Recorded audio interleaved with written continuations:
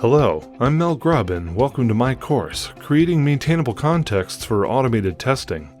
I'm a software developer from Columbus, Ohio, focused on code quality and developer productivity.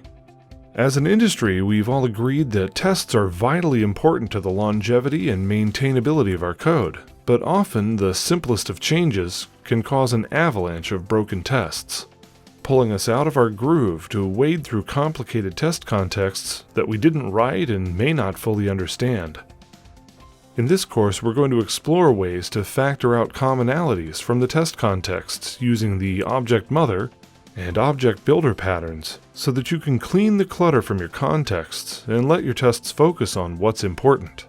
I'll even show you how to automatically generate the majority of the builder's code so that they stay up to date as your project evolves, and you can get back to working on the interesting stuff.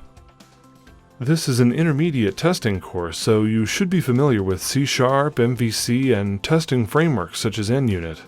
By the end of the course, you'll have a toolkit and the know-how to write tests that clearly communicate their intent to other developers on your team, including future you.